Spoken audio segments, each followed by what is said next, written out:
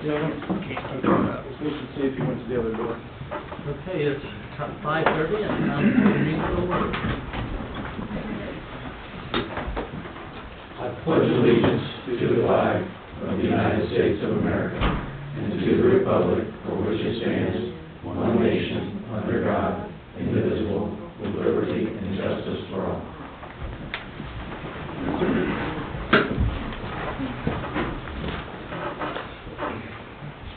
Is there anything we need to remove from the consent agenda? I do not. All right. And anything under, we do have a couple of public hearings coming up, and we have a special activity, but before that, is there anybody that has any public comments they'd like to make? Okay. Moving into special activities, we have a recommendation to approve the 2023 annual contribution to the Warren County Drug Task Force in the amount of $17,176. But with that, before we vote on that, we'll actually start our presentation. Yeah, your check's on the line. Drug Task Force. And this is Major Steve R. Smith, Commander. Thank you, sir. Steve. No pressure.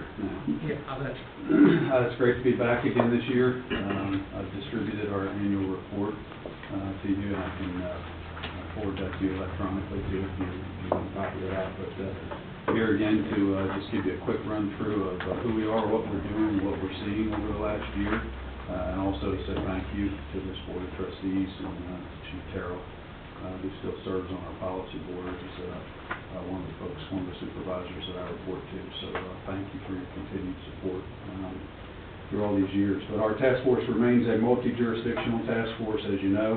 I apologize if most of this is repeat for you guys, and hopefully you can read through that in the report. But we continue to operate in all of Warren County and the city of Wilmington and Clinton County. We conduct multi-jurisdictional investigations. We're a multi-jurisdictional task force, federal, state, and local participation. Last year we had 20 personnel assigned to our unit full-time from 12 different law enforcement agencies. As the task force commander, I continue to report to the policy board, which Chief Terrell sits on, sheriff, prosecutor, and members from 16 total agencies across the county. So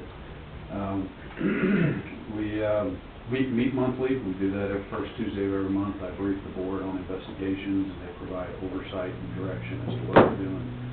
Last year was almost a repeat of the year before. Unfortunately, our primary drug threats remain methamphetamine and fentanyl. That has not changed at all. Almost unlimited sources of supply, unfortunately. As I say every year when I come before you, you can't change the geographical location of Warren County, and unfortunately we are right between two major source cities for just about any kind of drug that our addicted population may need. So it's keeping us very busy.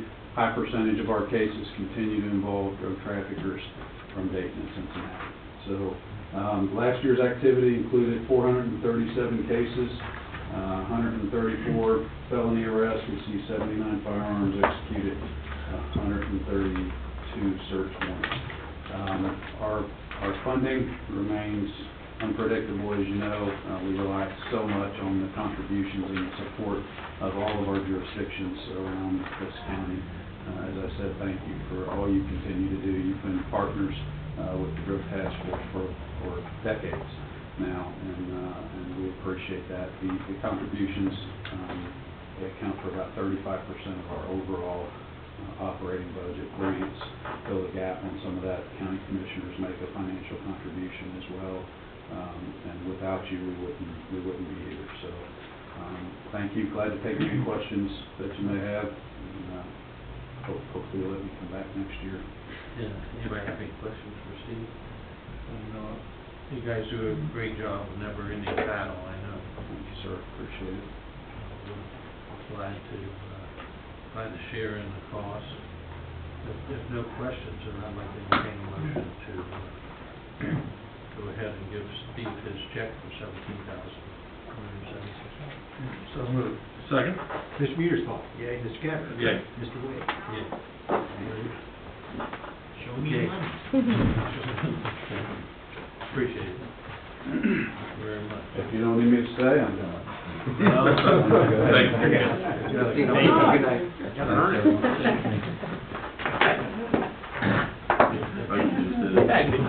John Maxwell, 17 grand. I'll be Unfortunately.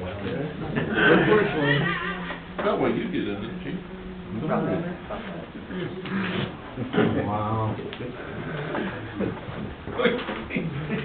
Smile again. He's chuckling, actually. Because he got one of them. Okay, we do have public hearings scheduled, two of them actually. At this time, I'd like to request a motion to recess the regular meeting and open the public hearing. So moved. Second. Mr. Gabbard. Yay. Mr. Mearsclaw. Yay. Mr. Wade. Yay.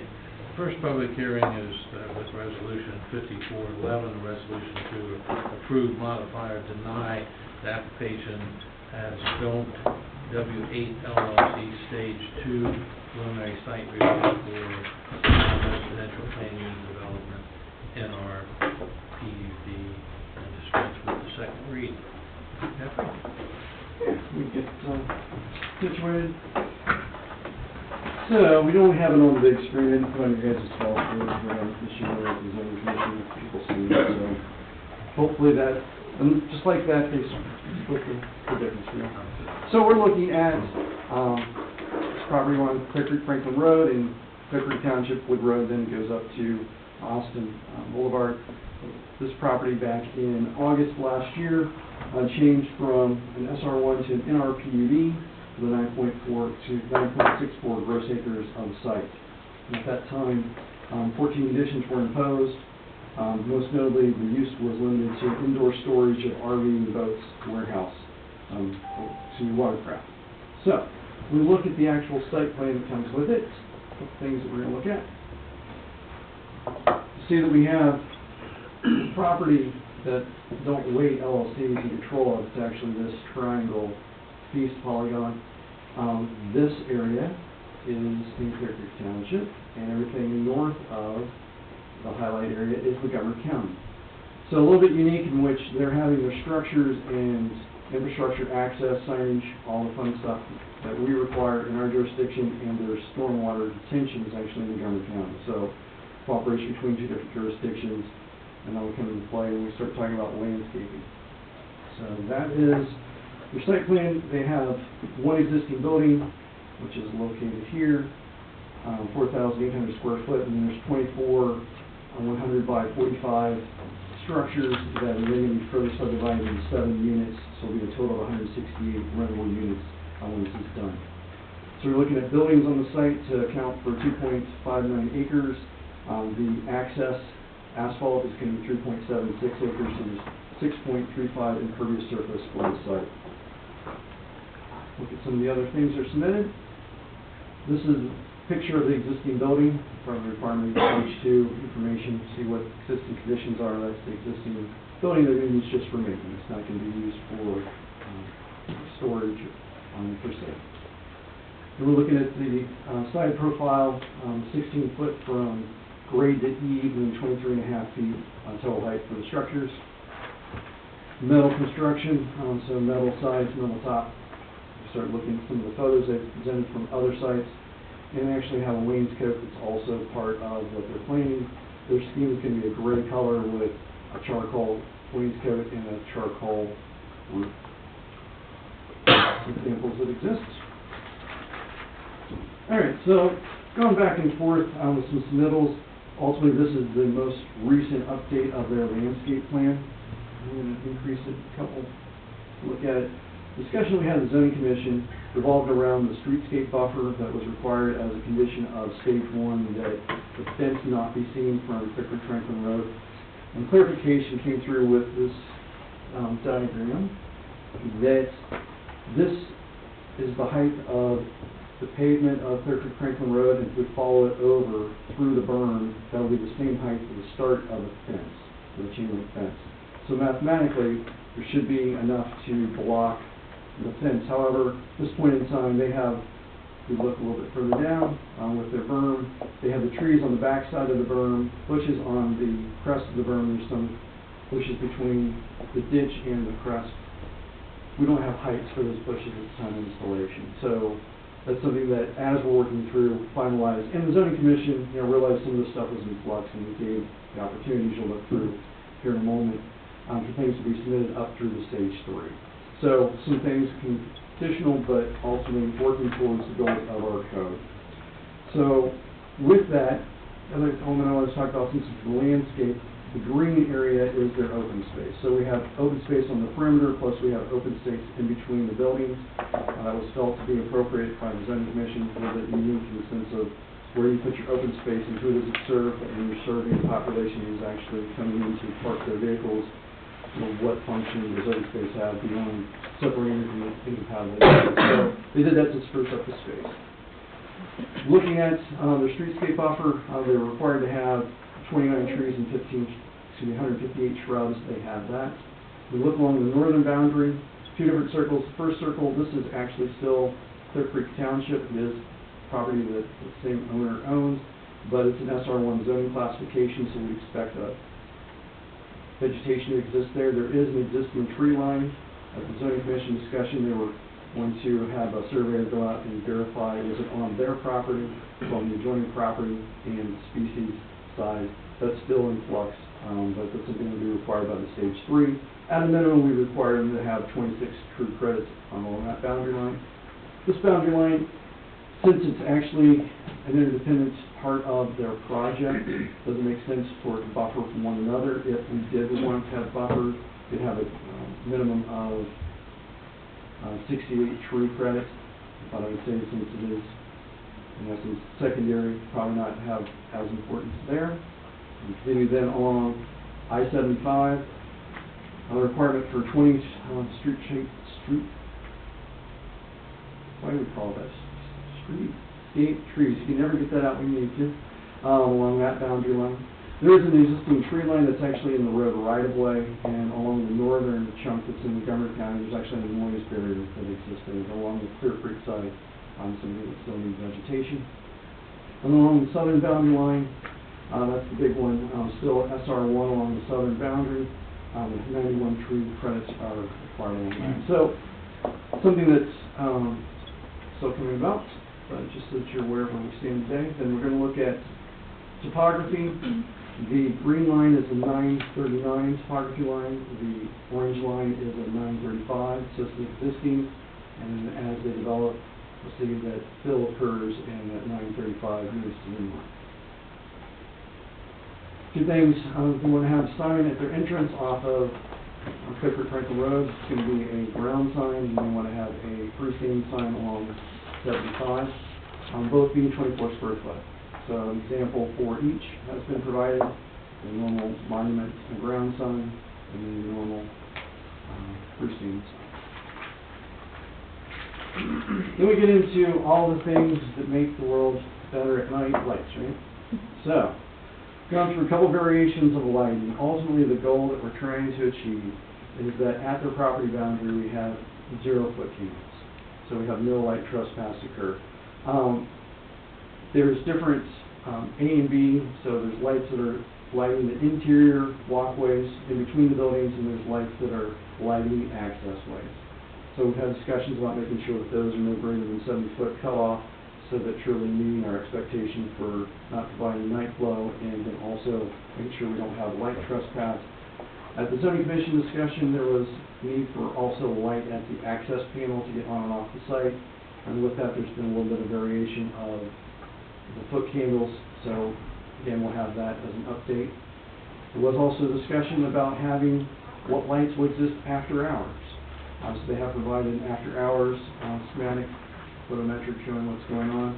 At this point in time, there's less than an average foot candle that's going to be there at night. So this is a good thing. And no light trespass along the top of the boundaries. So, the last thing, discussion, is that when they were here before, they didn't have a clear discussion with the zoning commission about phasing. Where are you going to get in? How's it going to work? There's some questions that arose, mostly dealing with how are you going to take care of your stormwater? What phase does that go in? When does your vegetation go in? And the like. So what they have provided is a 6-phase project in which first they'll bring in access road to get to the existing structure and build 4 And then we're gonna have temporary swales to get, and also then have the formalized storm drainage to get to their drainage ponds.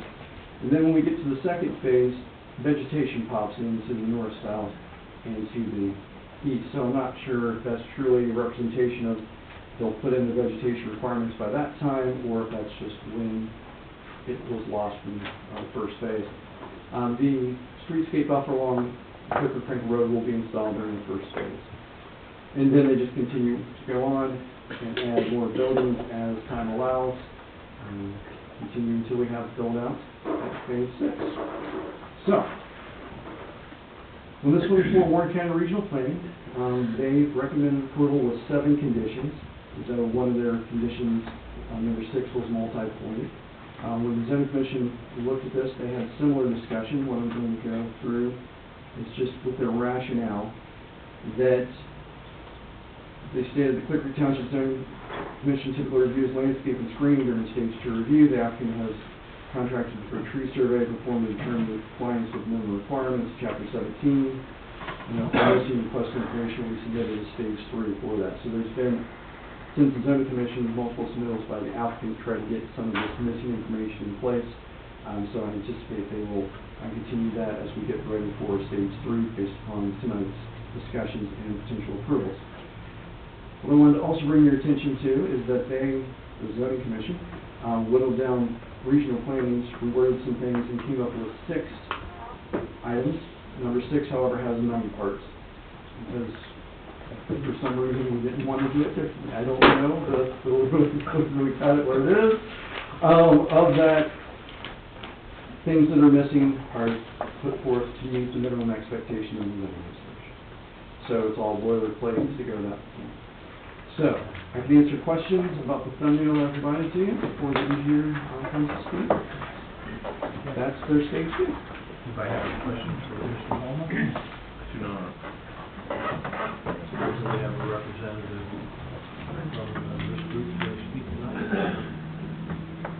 Which drawing would you like? Maybe the site plan or the landscaping, depends on. Your call? Regular site plan work? Landscaping, we'll do the color. You want the color? Oh, okay.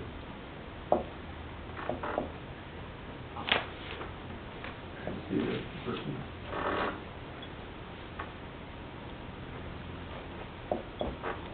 Perfect. Right, you can grab it. Okay, thanks. Hello, I'm Ashley Fowler, I'm with American Smith Engineer. Unfortunately, I do not have an agent from Don't Wait with me, so I will hopefully be able to answer any questions and concerns. Give your business address for the record. Yes, it's 1160 Dublin Road in Columbus, Ohio, 43214. Very good. I don't have any questions at this point. I mean, I don't either. I went through this backwards and forwards this weekend, so I feel like that the zoning commission did their due diligence. Obviously, the planning commission, and they beat this up pretty good, and certainly, tonight, she went through it too long, but it was, we've got all the elements in there that we'd asked for the last time, for the buffering and, things that were important to us in the neighborhood. It looks like a pretty nice development. Thank you. And obviously, we'll take care as we continue to develop and engineer. That's the tricky part is we're in such preliminary engineering, and I know, Right. you know, we're getting our tree survey and all that in now. And, you know, we'll make sure we're meeting all of the conditions, but it's hard to put the cart before the horse a little bit when it comes to the actual design. Jeff actually answered mine, which was what phase are we doing, what vegetation, and. We would, I'm assuming we would do that right away. Right. That's a main requirement and Right. something that would be expected of the project, so we would put that in. From the time you start until the build out, how long will you think? Total, I think it's really gonna depend on funding for the owners. So I don't have that answer ready. I know that it's gonna, you know, if it's going really well, they'll continue building, you know, their buildings as those fund to come in. So they get it filled up, it'll go faster. Understood. Okay. Anybody in the audience have any questions?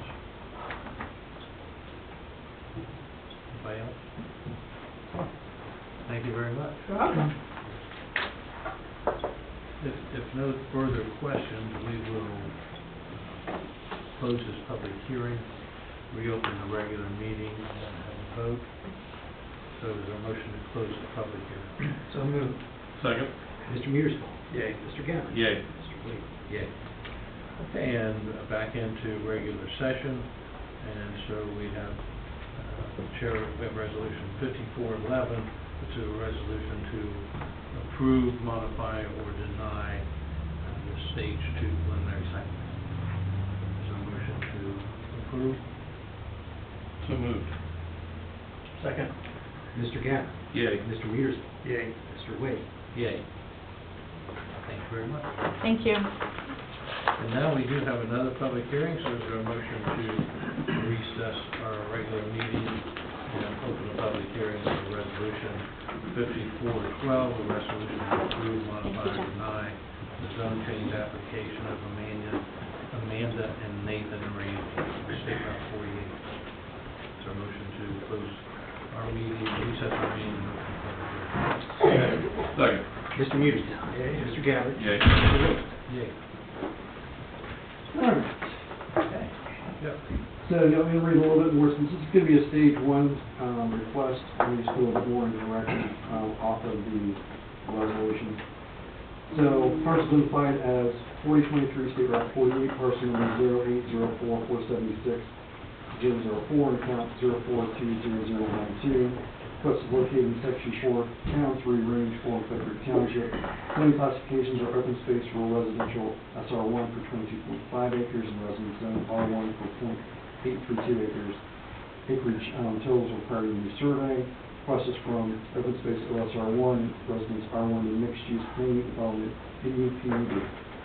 So, looking at the acreage, this is State Route 48. Here we go. And this is Turner Drive, so we're just north of Turner Drive. This is the parcel in hatch. The dark one, the one with the green, is the OSR1, and then the light are the R1. So 3 chunks comprise the property. This was before you in August of 2022, denied at that point in time based upon the evolution of how the application went from regional planning, zoning commission, and to you. There was intensity and there was differences, and part of what staff took from that discussion was that you wanted to see an application that held one, its own, so to speak. It was what it was each time it went through, so the public had a chance to view it and comment and not have different reiterations of that request. So what you have before you is that request, and let me read their reasons for the application. So, we're requesting the zone change so that we may construct a residence as well as a storage building for our Maggard Memorial's business. A storage building will be used during business hours, storage equipment and granite, as well as light work, such as etching and grading associated with the memorial business. The retail office will remain in Lebanon at 19 North Sycamore Street. There will be deliveries of granite possibly 2 to 3 times a month at the most, and some months no deliveries at all. With consideration and forethought, we want to schedule deliveries after 9 a.m. and before 5 p.m. and then between 1:30 and 2:30 p.m. so not put the schools dismissal. So, we're looking at this property. To the south, we have an R1 zoning classification, but to the west, the north, and the east, we have OSR1 zoning classification. The request to have both residential and commercial on a single property doesn't meet any of our zoning classifications. You can have that occur as a non-conforming, so you would establish a new zoning classification, you're able to hold on to what you had before. But to have them as equal partners, the only way to get through and do that is through a PUD process. So let's look at their site plan that was submitted. So I colored this, so I'll tell you what my colors mean, what's going on. The green is the open space, so times they made their submittal, 5.83 acres of open space, so it met the 25% minimum. They had 4.086 acres in the rear, and then they had a 20-foot strip along the north, a little bit on the east, along the southern part of the parcel. So, from a standpoint of use, there's an expectation they would also have open space buffers occurring along their non-residential where it touches residential, something that we'll get into a little bit further in a moment.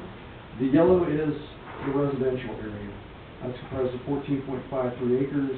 Requesting a total of 12,900 square feet of structures, a single-family home, swimming pool, 2 accessories. And then the pink area is the non-residential, 5,000 square foot warehouse.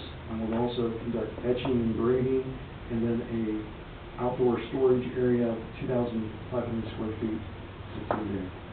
So, start talking about how things evolve and where it is. A warehouse is a B2 use by definition, so that's something that would require a 25-foot side yard setback every time it touches a residential.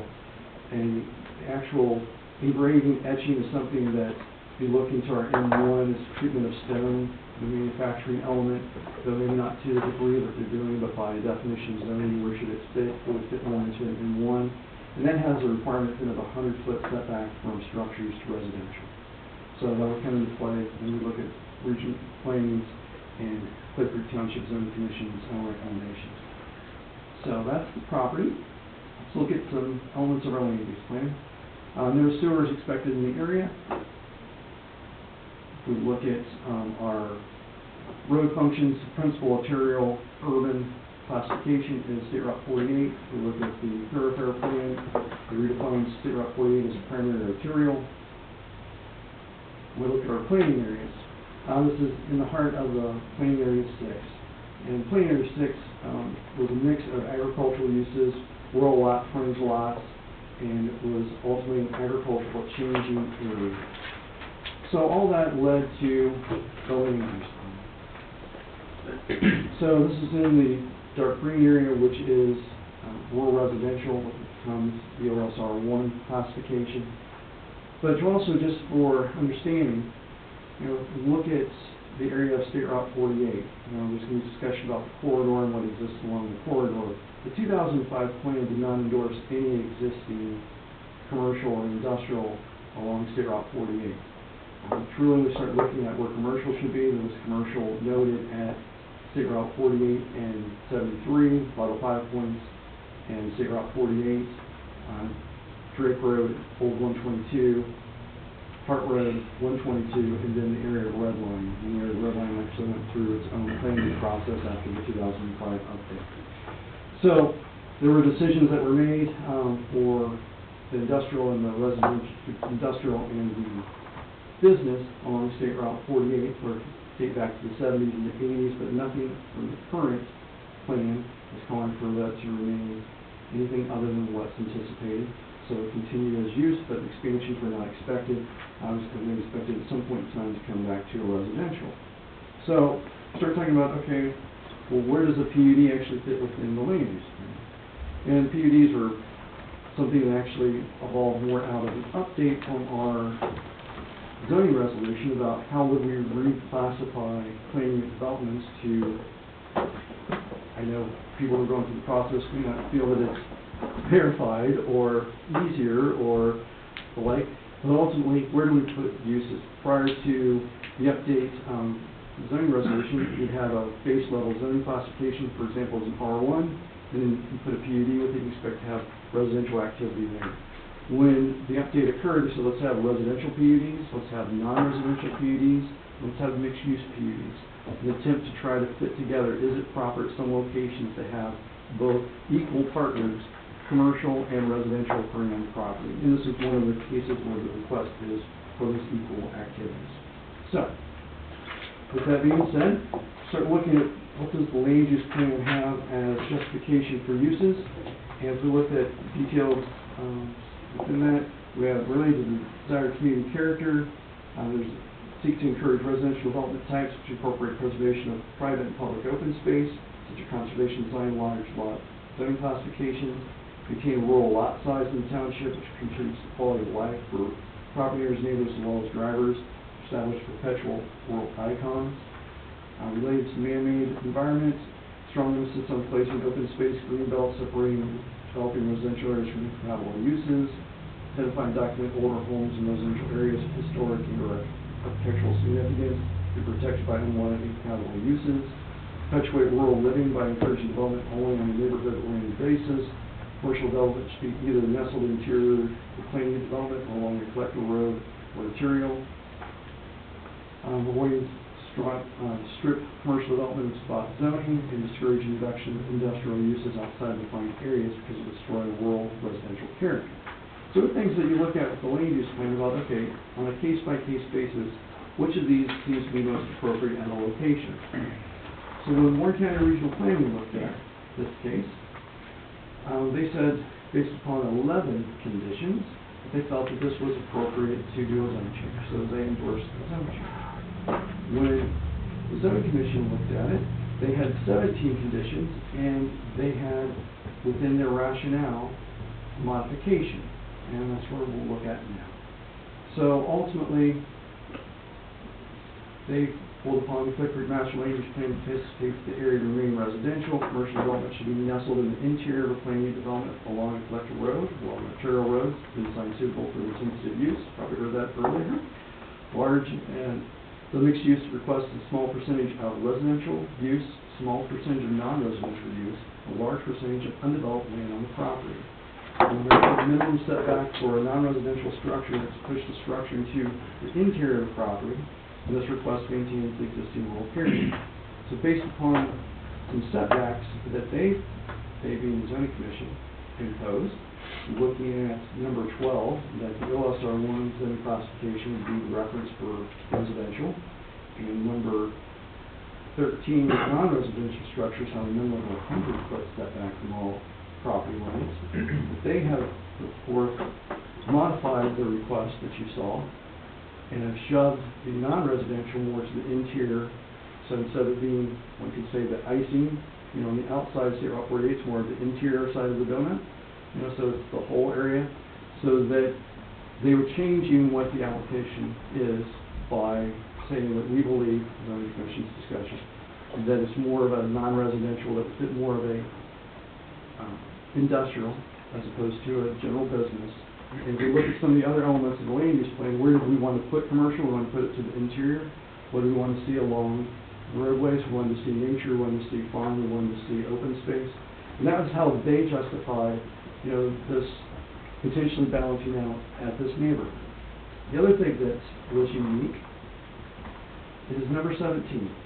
That part of the discussion that occurred that led us to the evolutions the first time this came through was how do we deal with residential structures on the property? How do we deal with commercial structures on the property?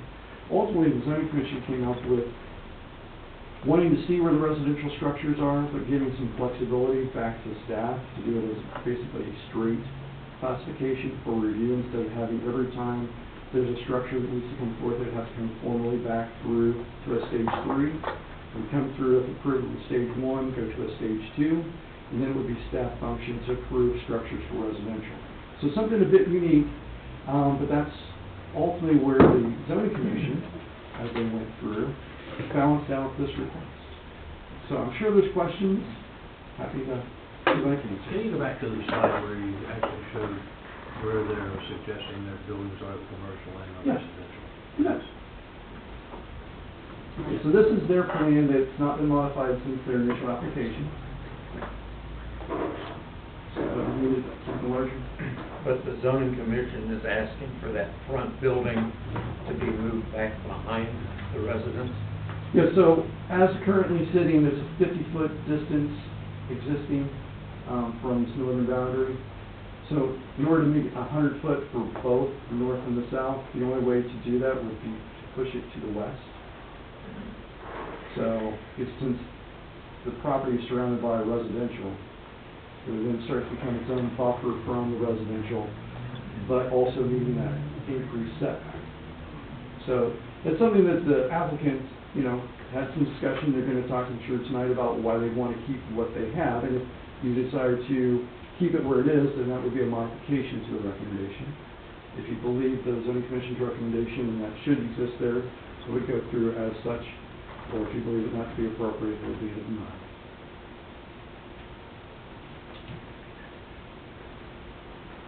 So in the pink, that is the commercial building. And then with the push that back straight west towards the yellow in order to get the setbacks that they want. It's gonna push it right back very close to the yellow. I don't see a great advantage to that. Just me, but I also, so that, the commercial building is out on 48. Right.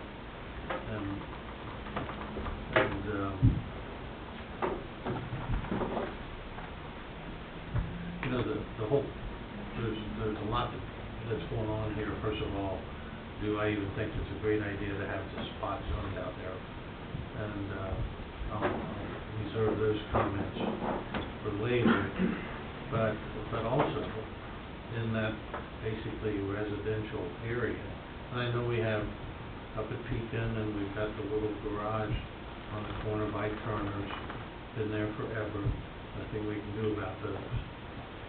So it seems to me that if this is a liable zone change and a multiple use PUD, so to speak, that commercial building should be back into the yellow and put the residential house up into the purple. I guess I'm missing something here. So when we turn this down, I'm just trying to remember some of the comments. And again, I think I probably said that I didn't think it was a good idea to start a commercial business out there anyway, because the next thing you know, we'll want to go straight north up through that area. So I guess I might be a little more tolerant if the commercial building was not setting out on the highway. The building that they're going to only deliver to a few times a month, it'll only be, I don't know if they'll be manufacturing or grinding or whatever they do there every day, maybe, maybe not. But want to fit into a residential area, it seems to me you'd want to put it back as far away from the residential as you can get, and public view. Yeah, I think I would just Personal opinion. Yeah, I'd just move that business building back and leave the house where it is. Because, you know, I wouldn't want to be living right on 48 if that were my house, just for the noise. And I think if we had that as green space or just, you know, vegetation or whatever, most people wouldn't even know it's there, would be my guess.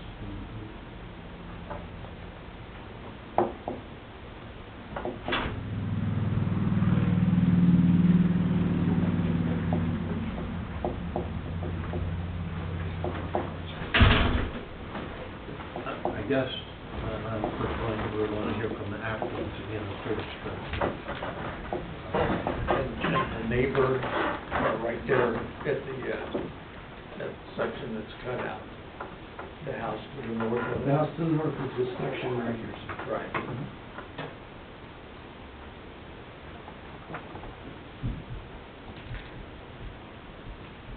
Personally, I don't think it's a great spot to be doing this to start with, so I'm anxious to hear what the applicant has to say this time around. Jason?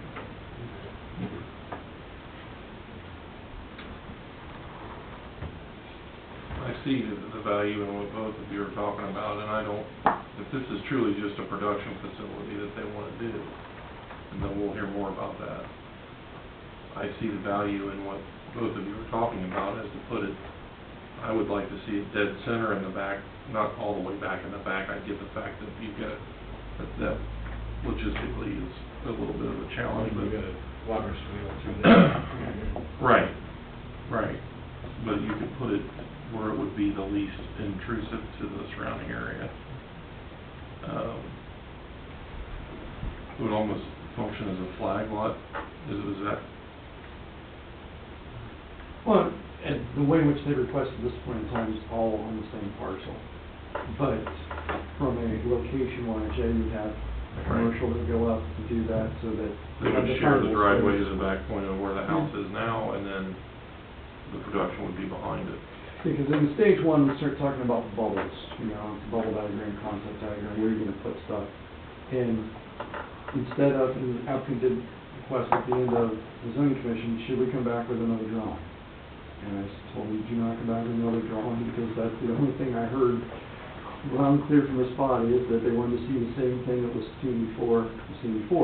So if it's something you say, hey, I want to see, can it work? I mean, this body can say, I'd like to see functionally, can it work? Can you come back with a drawing, and this can be tabled so that you can review that if that's something that is a desire. And the applicant has yet to speak, so they may have further clarification or other ideas that they may want to do. And if that then generates, if it's something that's needed to put a pause, look at it a little bit more, it's something you have in for you. Okay. Whenever you're ready, we'll have the Yep. applicants come up. All right, so this is what you sent me as Yeah. your supplemental if you want that, and if you want to go back to the site plan. Actually, this was Okay. You're good. If you would state your name again for the record. Yes, sir, my name's Amanda Ramsey, 798 Farview Avenue, Lebanon, Ohio. I'm Nathan Ramsey, 798 Farmview Avenue. Thank you. And we were listening to what you guys were saying. Can I approach the board? So we were talking about the 100-foot setback, and we agreed with what they were saying. We have projected to take the building and push it back to right here. Sorry, I didn't know it's touchscreen. The pond might not have to be there right now because we put the culverts in and kind of eliminated a little bit of the water problem. So we feel like if we do move it back and do the 100-foot setback from each side and put it approximately here, we would still have a little bit of distance in between our house, but it would be hidden. It wouldn't be the first thing that, would be seen, and you wouldn't see it at all. The density beyond the house back is so thick that in order to put it back there, we wouldn't be able to afford it. I mean, it would take too much. And one of the reasons many of the reasons that we love this is that it is so thick with wood.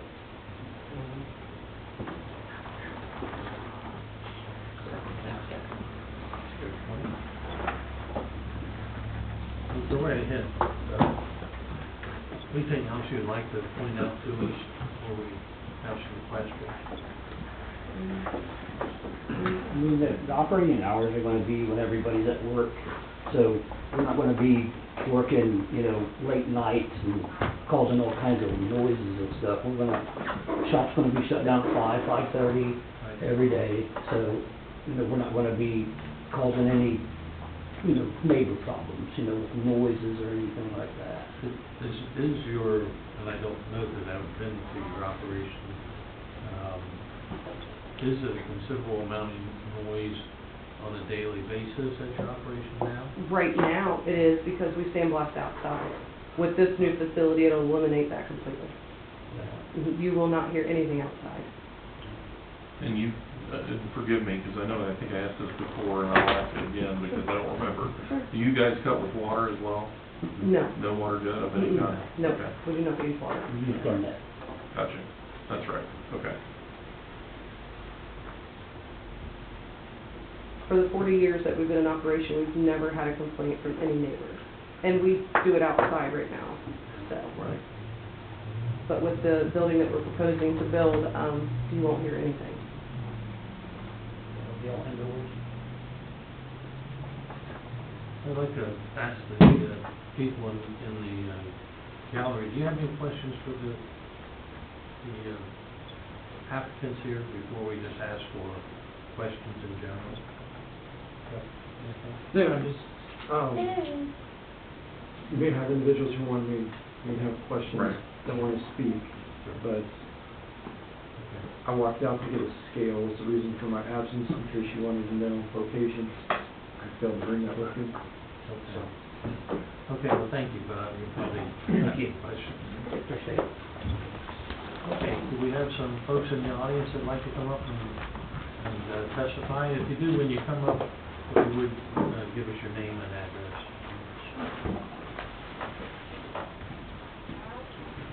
Hi.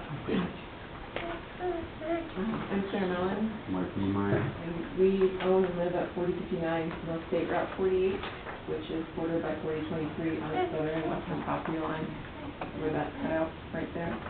You live at the cutout? Yes. We are here to support opposition to the proposed plan to rezone 4023 as a mixed-use PUD with an M1 classified light industrial business next to our home. We reviewed the submitted plan as well as updates subsequently submitted on December 14th, and they clearly outline the nature of the applicant's current business as light industrial. We feel strongly that this land use is incompatible with the surrounding properties and is in opposition to the goals of our township master plan. The master plan states that aside from agricultural, commercial, and industrial activities very limited in Clear Creek Township. This reflects a policy on the part of the township government not to encourage commercial development in particular, and includes the policy discouraging introduction of industrial uses outside of defined areas because it would destroy the rural residential character of the township. Despite the applicant's insistence and their updated proposal, the Ohio EPA does have concerns about their business. Businesses that utilize aggregate blasting in their operations are considered industrial and are heavily regulated and permitted by the Ohio EPA and the Occupational Safety and Health Administration due to levels of noise, air pollution, and water contamination. Particulates and wastewater from these processes are generally considered hazardous. It does not give us comfort that for our neighborhoods that the applicant seems unaware of the regulatory concerns regarding their operations, nor do we feel like it's a realistic function of zoning to right-size the volume of their production in perpetuity to live safely and harmoniously with their neighbors. We also have concerns regarding noise from deliveries, trash pickups, and equipment on a business scale interfering with the rural residential character and we and our neighbors chose to live here for. Our township's master plan clearly emphasizes the goal of avoid strict commercial development and spot zoning and encouraging a logical pattern of residential development outside of the urban service areas that is rural in density. All of the properties adjoining the 2.78 commercial light industrial parcel are residential. Our stretch of State Route 48 hasn't seen new land designated for business in over 50 years. And the current businesses in proximity are grandfathered examples of undesirable zoning that our zoning code specifically seeks to avoid. Those businesses were platted with the neighborhoods that surround them under unique circumstances that our township determined to be incompatible with its goals for future growth. The proposed acreage is only 216 feet wide, which does not accommodate the required 100-foot side yards from residential properties that zoning requires of light industry should the defined light industrial area as only a residential zone. We also do not believe that a 7,500 square foot production facility placed between two homes represents a logical plan of residential development. The applicant mistakenly understood our comments last fall regarding the size and intensity of their business overshadowing our home, as they believe we were speaking about their house rather than their business. We don't have any concerns this time about the residential use of their property. Clear Creek Township's goals with respect to man-made environments also state older homes and residential areas of historic and/or architectural significance should be identified, documented, and protected from unwanted and incompatible land uses. Merrittstown exists today as a historic farming community, and all of its remaining structures are private residences. We do not want a light industrial business in the center of our community, and we do not feel like it is compatible land use.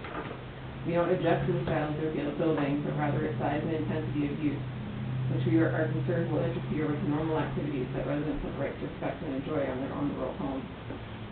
Several of our neighbors have expressed concerns over the potential for more business growth in our area should a pocket-zoned light industrial production facility move in, and pointed out that the applicant's assertion that their business is not growing or has not changed on page 10 is a hollow one, especially in light of the fact that their business closed its Preble County location shortly before purchasing this property.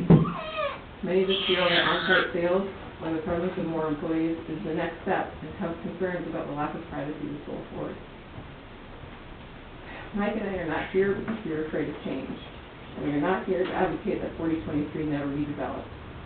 We are not naive in thinking that the lot would remain empty when we purchased our home. At the time, it had a recent crop history and was in CAUV, but it was Ohio and we didn't expect it to remain farmland. We talked about the possibilities of what types of growth we could expect, whether it be a home or several homes, and we looked to our township zoning code and master plan to determine if we were comfortable with what our community had in mind for growth before purchasing. We sympathize with a business that purchases land for a purpose that may not be realized, but the applicant had the same access to the same zoning code, master plan, and township administrative officials to determine if the proposed land use would be welcomed. and counting the success of a rezoning application was always risky. The property still has the same surrounding land uses, drainage concerns, wetlands, and dimensions of the bid when it was purchased.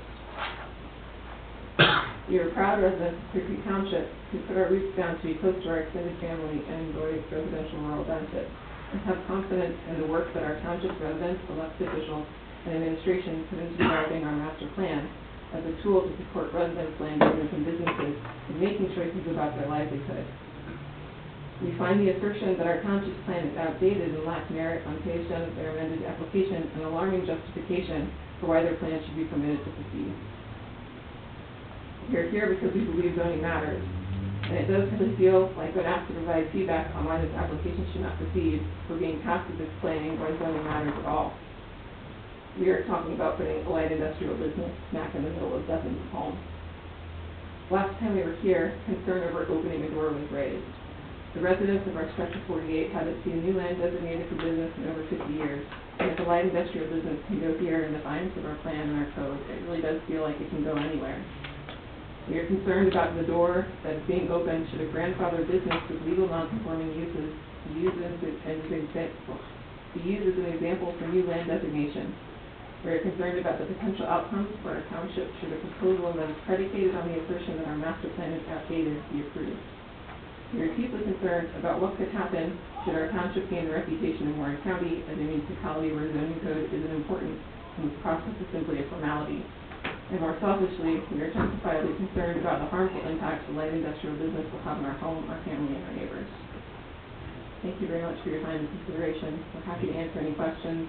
He talks too, I promise. I just do the short straw. Okay, thank you very much. Anybody have any questions of these two before they sit down? Thank you very much. Anybody else have any comments they'd like to make? Hi. I'm Geraldine Barnett, and I, with my husband Penny, our kids, we are residents at 180 Turner Drive. That is my childhood home, actually. I grew up there. I moved there when I was 5. So my parents have retired and moved on to Florida, and we recently took over their residence. So I've been raised there. My kids have been raised there. It's a great area. I love it out there. It's not so in town. It gives you more of a country feel. We have always been worried that they would build like an apartment complex or something big in there that would cause a lot of traffic, a lot of hustle and bustle. It would take away most of our tree line and things like that we love so much. I don't feel like we would have that with them. We personally know the Ramseys. We've been friends of theirs forever. Matter of fact, Amanda and I grew up from elementary school on up. Our kids have been raised together. We know their business. We've spent a lot of time with their business, with their family and their home, their business. When we say industrial, I know you're using the word light industrial, but I don't really think of it as super industrial. I think more quarries and rock blasting and all the noise that, to me, industrial sounds noisy, but they don't have a lot of noise. Even with their sandblasting outside is not really that loud. All of their other machines you cannot hear, so with everything being indoors, I don't see the noise being an issue. I know they're great people. They would be an asset to our area, I feel like. I'm afraid what would happen if we don't, then it's going to be something else that's coming in there, and it could be bigger, noisier, more traffic, more stuff.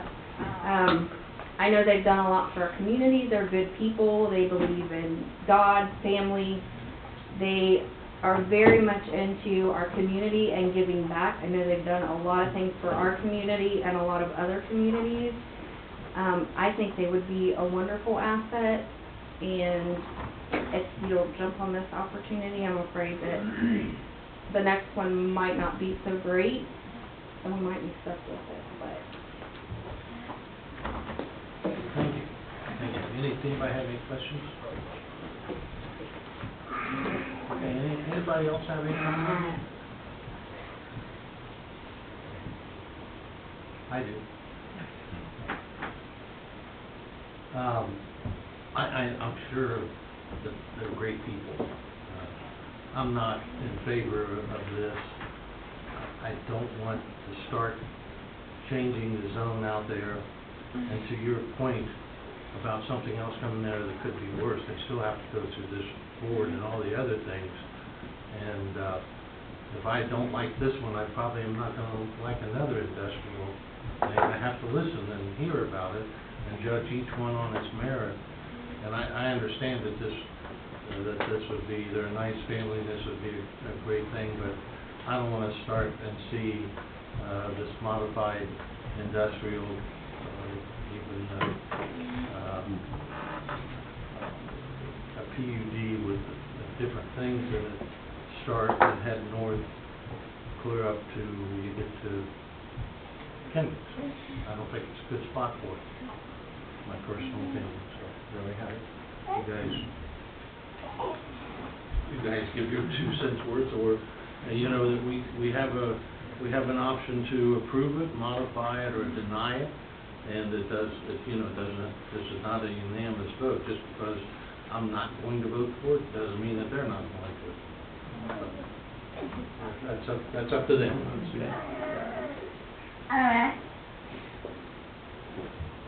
As I'm looking at it, I'm thinking that if that production building is moved back, I don't have a problem with it, because I think it is going to be protecting that area. You have light industrial across the road from you. Yeah. And a good neighborhood. But I'm thinking, if that were to be developed into 6 or 8 houses or whatever, I think that would be not desirable for the people on the north side of Turner Drive, nor the Ramsays.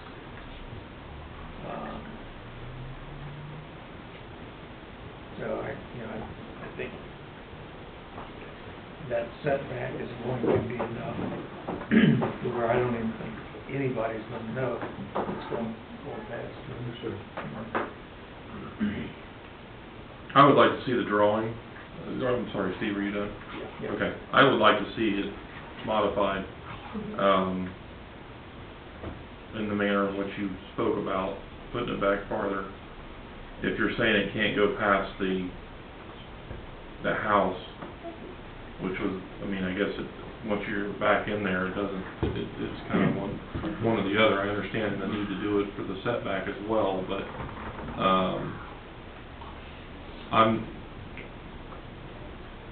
I have a little bit of a different opinion about the evolution of our zoning code.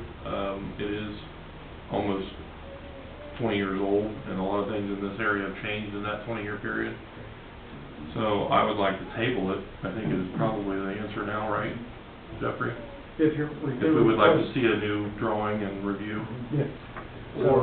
Or if that pond isn't a necessity, possibly move the house up a little bit, and then give you more room for the production building to go behind that. And I don't know the top off. I can't speak to that. I know the property, but I don't know that. I haven't gone back into it to see that. That would be for them to determine. But I guess I look at it a little bit differently than Mr. Wade does, from the perspective of we have people that I would look at this at some level as a farmstead with a production facility on it. And yes, if it doesn't become that, it's going to become 6 or 7 houses, because somebody can justify cutting down a fair amount of those trees and putting houses on it. We know that. We've seen it before. I have a business that's right next to my farm. I have 12 acres, and I can hear the DJ every weekend in the summertime when they have weddings. And so can Mr. Muterspaw, who lives a lot further away from it than I do. So I think our next step would be to table it. Let's look at what it would look like as far as the zoning itself and the whole process, if that piece is moved, if the production facilities move back farther, into the property. Okay. Is that, so you want to make that motion? I'll make that motion. Yeah. So we have a motion. You'll have to do the motion for table. We need to close the public hearing first. Well, let me, two things, right? First thing is that I assume, and I'm asking, that what I want you to do is continue the public hearing, because I assume you want to come back and, based on their new or additional submission, you'd want to have them be able to talk about it in the public hearing. So what I would do is I would continue the public hearing until next time, tell them what you want to do, and then come back, and then when the resolution comes up, table the resolution. Two different motions. And that should occur outside of the. Everybody get that? 'Cause I guess it's all part of the public hearing. nothing like having an attorney. So the first motion is a motion to continue the public hearing for the applicant to come back with a new plan that shows where the commercial move, either with the pond or Mr. Means brought up, was the second option you said? If the house moves forward, because you can move the production facility back. Do you understand? Yes, if we don't put the pond there, if we put the building, the warehouse where the pond is, would that be sufficient? I'd prefer your house be the buffer between production and their house. Okay, okay. If I were living Right. in their house, and probably if I were living in your, Okay. So just for the record, you understand what they're asking you? Yes. Okay. And I'm getting a thumbs up. Yep, yes, sir. Excellent. So with that motion, then you need let's make You that got motion and get a denial, but second. you're right. Yeah, I know. Oh, I'm sorry. No, I mean, you got. I apologize. I You just go ahead had and the do a law. second, but I want to make sure that if we're doing it date specific, that they can actually achieve that date. Oh, good point. Do we need to give them 30 days? Well, I mean, so what the request is to come back March the 13th, 5:30. Yes, as So, soon as we can. okay, but that's when you're gonna come back, so you'll have to make a submittal to me the week prior, Yes. so that I can have everything to where it needs to be. So if that's an achievable timeline, then that's where they'd go to. If you say, no, I don't think we can get that based upon surveyor and like, you put it to a date specific that you can. We can. Right, that's just wanted to clarify, so, right? I make the motion To continue the public to hearing. continue the public hearing on March 13th at 5:30. Perfect. second. Mr. Gabbard? Yay. Mr. Musel? Yay. Mr. Wade? Yay. Now the resolution comes up, and there'll be a motion to table. Okay, now we're back out, we are out of the public hearing and into a regular session. Well, yeah, actually. We have to vote to go out of the public Yeah, we have to hearing, vote to too. go out of the public hearing now. Thank you, Russ and Jason. Yeah, so move Okay, you out of so the public motion hearing. to close the public hearing and reopen the regular meeting. So moved. Second. Mr. Mearsclaw? Yeah. Mr. Gabbard? Yay. Mr. Wade? Yeah. Now the motion. Now with resolution 5412, we have a resolution to approve, modify, or deny the zone change. And at this point, we're going to Move, whether made motion to table. We're adding a fourth option. Yes. We're gonna We're gonna table it. I'll make the motion to table it till March 13th, Thank you. giving the applicant time to modify. I'll second that. Mr. Gabbard? Yay. Mr. Mearsclaw? Yeah. Mr. Wade? Yeah. Third Okay, vote. very good. There you go. Thank you. Okay, anything, that should be it for special activities. Moving on to business. Russell? Yes, sir. I have, the annual report has been done. It'll be ready for you guys next week, and, for you guys to go see that coming up next week. I think the good news overall for us is that the township, and I'll talk about that over next week. But, I also have, an issue that, Jeff brought to my attention where I forgot to put in a resolution in one of the minutes that, needs to be fixed. And so if I could have a motion to amend the minutes from December 30th to fix that missing resolution. What was that resolution? It was the one for 5405. It was the maintenance of 6976 Widener Road, Oregon, Missouri, the cost was sufficient. Here's a motion to amend the December 30th meeting and add 5405 into that. So moved. Second. Mr. Mearsclaw? Yay. Mr. Gabbard? Yay. Mr. Wade? Yeah. Thank you, gentlemen, sorry about that. That's all right. It's all your fault, Russ. Anybody have any questions for Russ? Russ is around, getting around on the cane and doing well. Yeah, hobbling well. Hobbling well. Makes you look distinguished. Now, I want to try to get like. Hey, exactly. We can get you Go with a top hat. gold duck on the top. That'd be pretty cool. That'd be like some of those old legislatures, if you didn't like what they said, they took a cane out and started whacking you on the head. There you go. I don't know who wants you to have a cane. He's got pretty long arms, so. I think he can swing that. Yeah, for sure. He can do some damage. I'm off the Vikings, so it's all good. Okay, moving on to new business. Administration, we have a recommendation to authorize the township administrator to enter into the electric aggregation agreement with an electric generator whose charges do not exceed .075 kilowatts per hour. So Rich sends his regrets for not being able to be here, he's got a schedule conflict, but this is basically the same idea, when we did the big yes, we had a price not to exceed.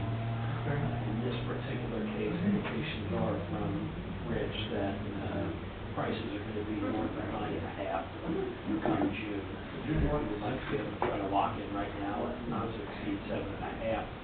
And the last price that they saw last week was 7.35, so that is a realistic number that he's throwing out there. So if we really do it, we'll save people about $20 a month, more or less, depending on the utilization, of course. But same idea, give me the authorization to ink the deal so we can move quickly, and we'll bring it back in resolution form with the actual agreement itself. Sounds like a good idea. Is a motion to authorize the administrator to enter into this agreement. So moved. Second. Mr. Gabbard? Yay. Mr. Mearsclaw? Yay. Mr. Wade? Yeah. Then we have resolution 5413, a resolution authorizing the town, Guthrie Township to renew as part of the member of the Ohio Coalition of Large Ohio Townships. Yeah, this is the OTA's organization of large townships in the state of Ohio, and there are a handful of us, big ones, Coleraine, Westchester, Eastern, and Anderson, along with this subset of OTA townships for the purpose of lobbying and having influence on legislation that's pending in the legislature. Is there a motion to approve 5413? So moved. Second. Mr. Mearsclaw? Yay. Mr. Gabbard? Yay. Mr. Wade? Yay. Okay. Anything else under administration at this time? I'll save a few minutes for the staff updates, but no, not this time. All right, under the road department, we have resolution 5414, a resolution authorizing the township administrator to execute a contract with Warren County Engineers Office for the road resurfacing project and dispense with the second reading and declaring an emergency.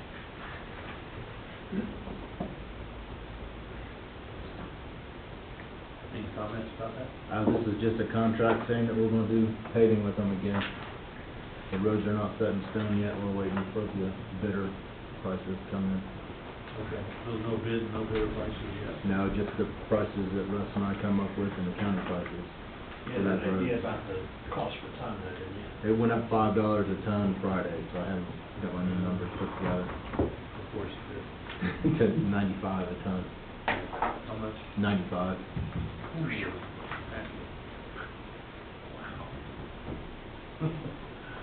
go back to gravel. 2 by 2 by 2.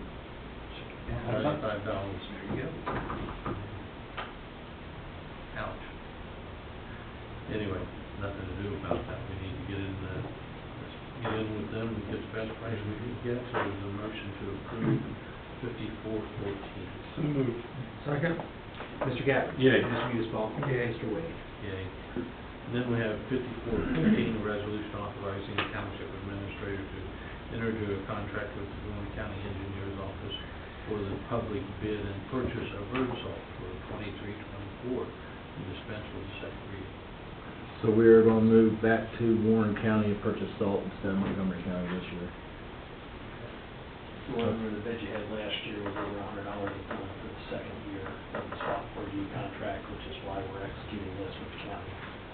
So we're gonna gamble and hope that it comes in better than $100 a ton, which is the same. Okay, is there a motion to approve 5415? So moved. Second. Mr. Mearsclaw? Yay. Yay. Mr. Wade? Yeah. And fire district, is consent agenda, Steve, anything else? And police department, Steve, nothing? Planning and zoning? You're not allowed to talk anymore. Better not start again. You're not- Pretty sure we'll suspend it. It's all good. All good, is it? Okay. Consent agenda, is our motion to approve the consent agenda? So moved. Second. Mr. Gabbard? Yay. Mr. Mearsclaw? Yay. Mr. Wade? Yeah. Staff updates. May have an opportunity to participate in another opioid settlement participation like we have in the past. It's trying to recoup some of the money spent for the opioid issues. I don't see a problem with doing so, but I want to at least run it by the board and let you know that potential might be there to money back. So we'll bring that forward as a formal proposal later. They've polished the concrete in the hallway in the office PD last week. They covered it up today. Chief and I were up there this morning. What we saw of it was pretty good. So we'll pull that roll. Be a good looking product when it comes out, but they are protecting it at least at this point in time. And we got an email, Ed, you and I got an email from a woman from the Southwest Ohio Girl Scouts recognizing a young lady in our community who's going to be given the highest award from the Girl Scouts. And they asked for some sort of notification, some sort of recognition from the township. So I will bring that back at the next meeting. The problem with it is we really can't let them know, because it's supposed to be a surprise, so to speak, but it's going to be a proclamation. So I won't mention her name or anything of the sort, but that's coming. That's all. Very good. Cookie off. Very good. Anything else? Not for me. Anybody else have anything on their staff updates? Okay. Is there a motion to adjourn? So moved. Second. Mr. Gabbard? Yay. Mr. Mearsclaw? Mr. Wade?